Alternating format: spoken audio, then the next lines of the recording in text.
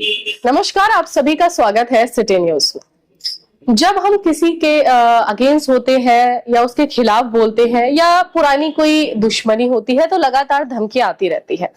जी हाँ, पहले इस वक्त मेरे साथ खुर्शीद जी नाहटौर से मौजूद है, क्योंकि हमने इनका एक बार और इंटरव्यू चलाया था जिसमें इन्होंने बहुत से एलिगेशंस लगाए थे पूर्व चेयरमैन पुत्र के ऊपर। अब उनसे पता करते हैं कि क्योंकि ये ऑफिस आए हैं, इनके पास तहरीर है किसी बात को लेकर। ये बोल रहे हैं कि मुझे लगातार धमकियां आ रही है जान से मारने की। क्या है मामला, इन्हीं से पता करते हैं। जी खुर्शीद जी, क्या मामला है? मामला ये है कि मेरा 2018 में एक झगड़ा हुआ था। अच्छा। राजा अंसारी ग्रुप से। अच्छा। उसमें 8-10 लोगों ने मुझे मिलके मारा था। मैंने उसका थाना नाहटौर में मुकदमा कायम कराया था। अच्छा। उस मुकदमे का मेरे निर्णय हुआ। कोर्ट ने मुझे इंसाफ दिलाया और इंसाफ मिला। इनको 1 साल 6 माह की उसमें सजा हुई। 39,000 जुर्माना। इन्होंने जुर्माना जमा ना करके सजा भुगतनी ज्यादा बेहतर समझी। तो ये लोग आजकल जेल में हैं और सजा काट रहे हैं, जिसका डिवीजन हाई कोर्ट इलाहाबाद में चल रहा है। आपकी जो मारपीट हुई थी दोबारा से रिपीट करेंगे, क्योंकि उस वक्त किसी और ने आपका इंटरव्यू लिया था। बट अब हम आपसे पूछते हैं किस बात पे आपके साथ झगड़ा हुआ था? ये मुझे भी नहीं पता इन्होंने मुझे क्यों मारा था। नहीं, ऐसे तो नहीं हो सकता ना कि अगर कोई राह चलते आदमी। मेरी गलती ये थी कि मैं इनके मुकाबले पे चुनाव लड़ा था। अच्छा, इलेक्शन का मामला? इलेक्शन लड़ा था इनके मुकाबले पे। मैंने 19 लोग और भी लड़े थे। उन्हें किसी को नहीं मारा, मुझे मारना बेहतर समझा उन्होंने। क्यों मारा ये मेरे समझ में नहीं आई। उनसे भी पूछेंगे कि आखिर ये जो विवाद था, ये जो झगड़ा हुआ, किस बात पे हुआ। क्योंकि एक पक्ष की कभी सच्चाई सामने नहीं आ सकती, क्योंकि ये अपना पक्ष रख रहे हैं, दूसरे पक्ष की भी हम सुनेंगे। जी, उससे आगे तो उसके बाद फिर अब ये जेल में है। रिवीजन हाई कोर्ट में इनका पेंडिंग है। अच्छा। उसमें पिछली अभी 16 तारीख लगी हुई थी हाई कोर्ट, जिसमें इनकी फाइलों को तलब कर लिया है कोर्ट ने। सुना नहीं है। अच्छा। तो वहां इनका एक पैरोकार है शुएब असलम अंसारी नाम का, सिवारा का, जो हाई कोर्ट के इनके मुकदमे देख रहा है। उसने मेरे वकील को कहा, शांतनु श्रीवास्तव को, कि जिस दिन भी राजा जेल से बाहर आ जाएगा, हम मर्डर तय है खुर्शीद का। उधर राजा की भी मेरे पास कई बार धमकी आ गई, मैं अवॉइड करता हूँ। मतलब जेल के अंदर से कैसे आपके पास धमकी आ गई? जो लोग मिलने जाते हैं वो आके बताते हैं कि तुम्हारे बारे में ख्यालात अच्छे नहीं। ऐसा भी तो हो सकता है ना, आप एकदम से मेन राजा को फोकस कर रहे हो। ऐसा भी तो हो सकता है कि जो लोग जा रहे हैं वो यहाँ पे एक अफवाह उड़वा रहे हो या एक माहौल गर्म कर रहे हो। मुझे बहुत जिम्मेदार आदमी ने बताया कि तुम्हारे बारे में ख्यालात अच्छे नहीं है और तुम जरा संभल कर रहा करो। तो मैं डर गया, और मैं डरने के बाद, मैं शरीफ आदमी हूँ, पारिवारिक आदमी हूँ, और उम्र मेरी 65 साल है।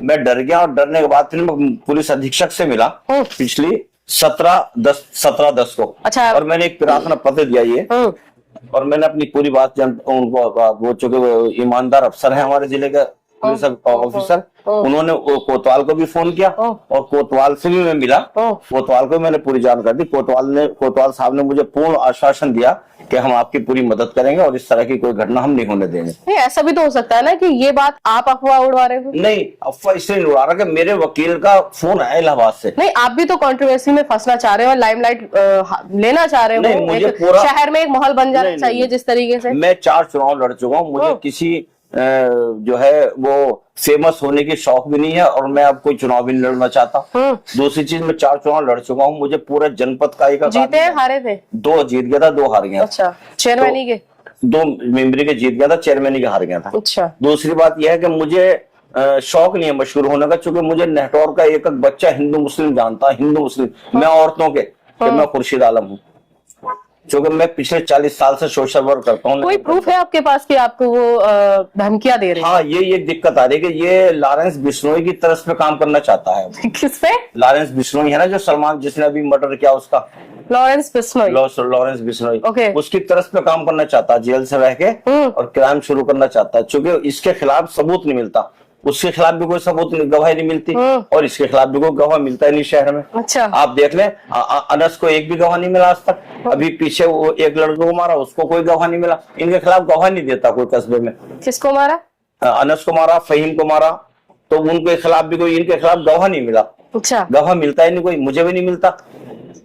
तो इसलिए कोई आपके सामने आना नहीं चाहता कि मेरे सामने कहा मर्डर के लिए।